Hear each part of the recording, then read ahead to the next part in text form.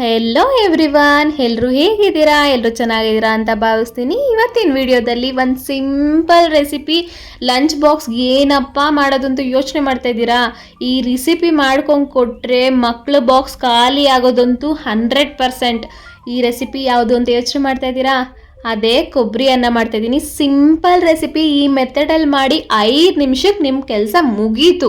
ಹೇಗೆ ಮಾಡೋದು ಅಂತ ನೋಡೋಕ್ಕಿಂತ ಮುಂಚೆ welcome back to my YouTube channel tasty bites. ನಿಮ್ಮ ಮಕ್ಕಳು ಟಿಫನ್ ಬಾಕ್ಸ್ಗೆ ನಾಳೆನೇ ಮಾಡ್ಕೊಂಡು ಕೊಡಿ, ಆಯಿತಾ? ಮೊದಲನೇದಾಗಿ ನಾನು ಗೋಡಂಬಿ ಸ್ವಲ್ಪ ಎತ್ತಿಟ್ಕೊಂಡಿದ್ದೀನಿ, ಸಣ್ಣಗೆ ಹಚ್ಚಿರೋ ಬೆಳ್ಳುಳ್ಳಿ ತೊಗೊಂಡಿದ್ದೀನಿ, ಸಣ್ಣಗೆ ಹಚ್ಚಿರೋ ಹಸಿಮೆಣ್ಸಿನ್ಕಾಯಿ ತೊಗೊಂಡಿದ್ದೀನಿ, ತೋರಿದಿರೋ ಕೊಬ್ಬರಿ ತೊಗೊಂಡಿದ್ದೀನಿ. ಈಗ ಒಂದು ಬಾಣಲಿಯಲ್ಲಿ ಎಣ್ಣೆ ಸ್ವಲ್ಪ ಹಾಕ್ಕೊಂಡು ತುಪ್ಪ 1 ಸ್ಪೂನ್ ಹಾಕ್ಕೊಂಡಿದ್ದೀನಿ ಫ್ರೆಂಡ್ಸ್. ಅದು ಸ್ವಲ್ಪ ಕಾಯಕ್ಕೆ ಬಿಡೋಣ. ಅದು ಚೆನ್ನಾಗಿ ಕಾದಿದ್ದಾದಮೇಲೆ ಸಾಸಿವೆ ಸ್ವಲ್ಪ ಹಾಕ್ಕೊಳ್ತಾ ಇದ್ದೀನಿ. ಸಾಸಿವೆ ಚೆನ್ನಾಗಿ ಸಿಡಿಬೇಕು, ಚಟಪಟ ಅಂತ. ಈಗ ಸ್ವಲ್ಪ ಜೀರಿಗೆ ಹಾಕ್ಕೊಳ್ತಾ ಇದ್ದೀನಿ. ಇಲ್ಲಿ ಯಾವುದೇ ರೀತಿ ನಾನು ಈರುಳ್ಳಿ ಏನು ಬಳಸ್ತಾ ಇಲ್ಲ. ಇವಾಗ ಕಡಲೆಬೇಳೆ ಸ್ವಲ್ಪ, ಉದ್ದಿನಬೇಳೆ ಸ್ವಲ್ಪ ಹಾಕ್ಕೊಳ್ತಾ ಇದ್ದೀನಿ.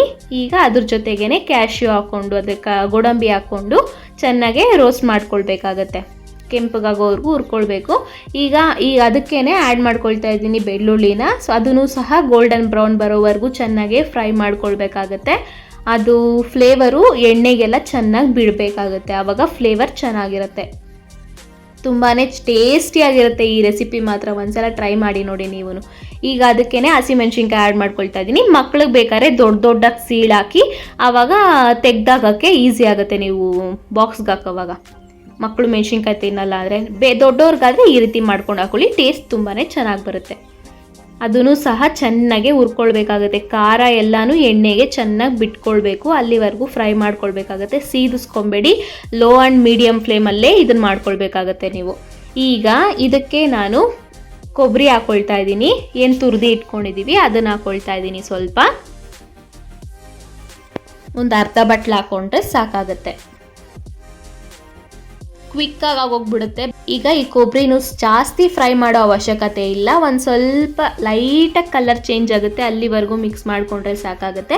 ನೀವು ಈ ರೀತಿ ಮಾಡ್ಕೊಳಲ್ಲ ನಮ್ಗೆ ಬೇಡ ಅಂತಂದರೆ ಕೊಬ್ಬರಿನ ಅನ್ನದ ಮೇಲೂ ಮಿಕ್ಸ್ ಮಾಡ್ಕೊಳ್ಬೋದು. ಈಗ ಇದಕ್ಕೆ ನಾನು ಸ್ವಲ್ಪ ಮೆಣಸು ಹಾಕ್ಕೊಳ್ತಾ ಇದ್ದೀನಿ, ರುಚಿಗೆ ತಕ್ಕಷ್ಟು ಉಪ್ಪು ಹಾಕ್ಕೊಳ್ತಾ ಇದ್ದೀನಿ. ಈ ರೀತಿ ನಾವು ಕೊಬ್ಬರಿನ ಸ್ವಲ್ಪ ಬಿಸಿ ಮಾಡ್ಕೊಂಡು ಫ್ರೈ ಮಾಡಿಕೊಂಡಾಗ ಆ ಫ್ಲೇವರು ಚೆನ್ನಾಗೆ ಬಿಟ್ಕೊಂಡಿರುತ್ತೆ. ನಾವು ಅನ್ನ ಬೆರೆಸಿದಾಗ ತುಂಬಾ ಟೇಸ್ಟಿಯಾಗಿರುತ್ತೆ. ನಾವು ಅನ್ನದ ಮೇಲೆ ಹಾಕ್ಕೊಂಡ್ರೆ ಬೇರೆ ಟೇಸ್ಟ್ ಬರುತ್ತೆ, ಈ ರೀತಿ ಮಾಡ್ಕೊಂಡು ನೋಡಿ ಅದೇ ಬೇರೆ ಟೇಸ್ಟ್ ಬರುತ್ತೆ. ಈಗ ಸ್ವಲ್ಪ ಗೊಜ್ಜು ಹಂಗೆ ಇಟ್ಕೊಂಡ್ಬಿಟ್ಟು ಅನ್ನ ಹಾಕ್ಕೊಳ್ತಾ ಇದ್ದೀನಿ. ಮೇಲೆಗಡೆ ಸ್ವಲ್ಪ ಕೊತ್ತಂಬರಿ ಸೊಪ್ಪು ಉದುರಿಸ್ಕೊಂಡು ಚೆನ್ನಾಗೆ ನಿಧಾನಕ್ಕೆ ಮಿಕ್ಸ್ ಮಾಡ್ಕೊಳ್ಬೇಕು. ಅನ್ನ ಒಡ್ಕೊಳ್ಬಾರ್ದು ಯಾವತ್ತೇನು. ಚಿತ್ರಾನ್ನಕ್ಕೆ ಆಗಲಿ ರೈಸ್ ಐಟಮ್ ಯಾವುದೇ ಆಗಲಿ ಅನ್ನ ಒಡ್ಕೊಂಡ್ರೆ ಟೇಸ್ಟ್ ಇರಲ್ಲ. ಅನ್ನ ಒಡ್ಕೊಂಡ್ದಿರಂಗೆ ನಿಧಾನಕ್ಕೆ ಮಿಕ್ಸ್ ಮಾಡ್ಕೊಳ್ತಾ ಹೋದರೆ ಈ ಕೊಬ್ಬರಿ ಅನ್ನ ರೆಸಿಪಿ ರೆಡಿ.